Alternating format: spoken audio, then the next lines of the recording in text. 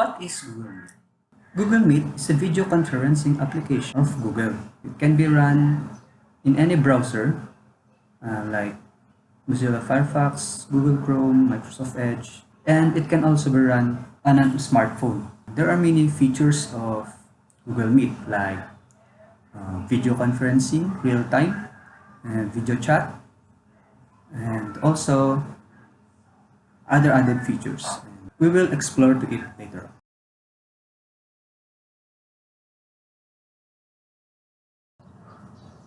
So first, let's start a meeting. So you need to open a browser. For this demo, I'll be using Google Chrome. So in the URL, type meet.google.com. So meet.google.com and press enter. After that, you need to sign in. So use your DepEd email as much as possible.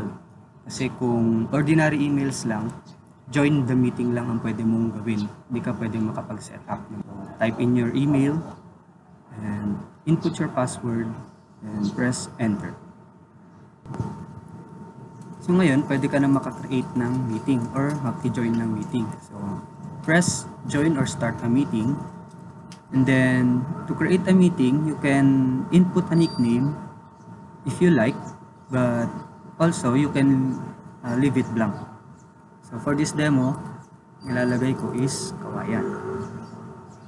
So click continue in the joining screen. Now on the left side, you can see yung preview ng pag-join mo sa Meet. So you can enable or disable the microphone and the camera. So after that, you can now click join. So as you can see, kung ikaw ang gumawa ng meeting,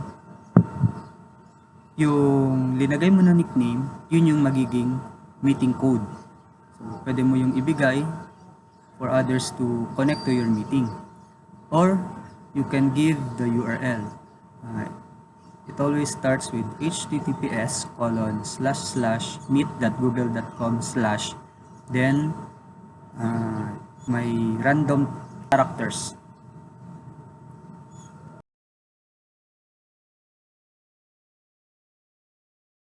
Once the meeting starts, meron kang option to record the meeting.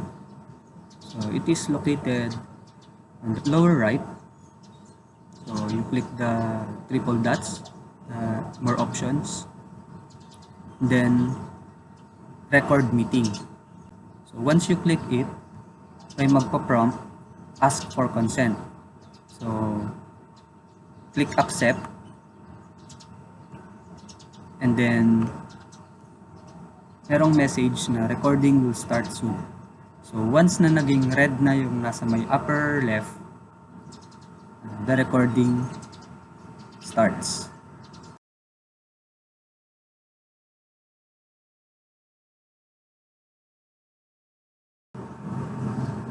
You can also present your screen or a PowerPoint presentation during the meeting.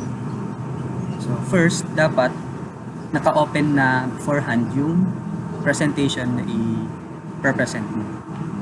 So then click present now, also located on the lower right, and then a window.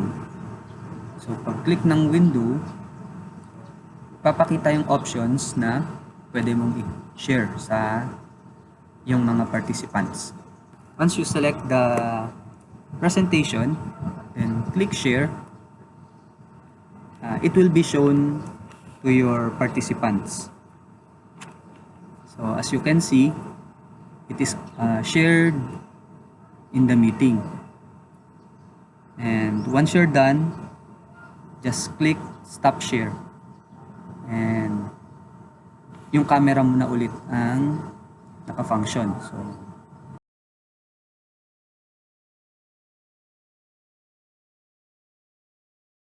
on the upper right, makikita mo dito yung list of participants at yung chat. So, sa list of participants, click mo lang yung image na parang mga tao. So, magpapakita yung listahan or yung mga names ng participants.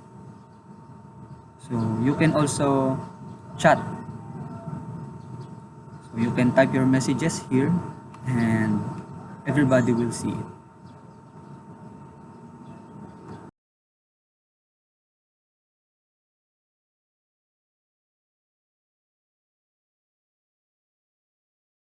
On the lower left, pag clinic mo yun, mababasa mo ulit yung details ng meeting. So, ando doon yung nickname, which is kung kaninong kapareho mo ng domain, sila lang ang pwedeng makagamit ng nickname. Whereas kung may ibang gusto maki-join, dapat yung URL ang tatype nila.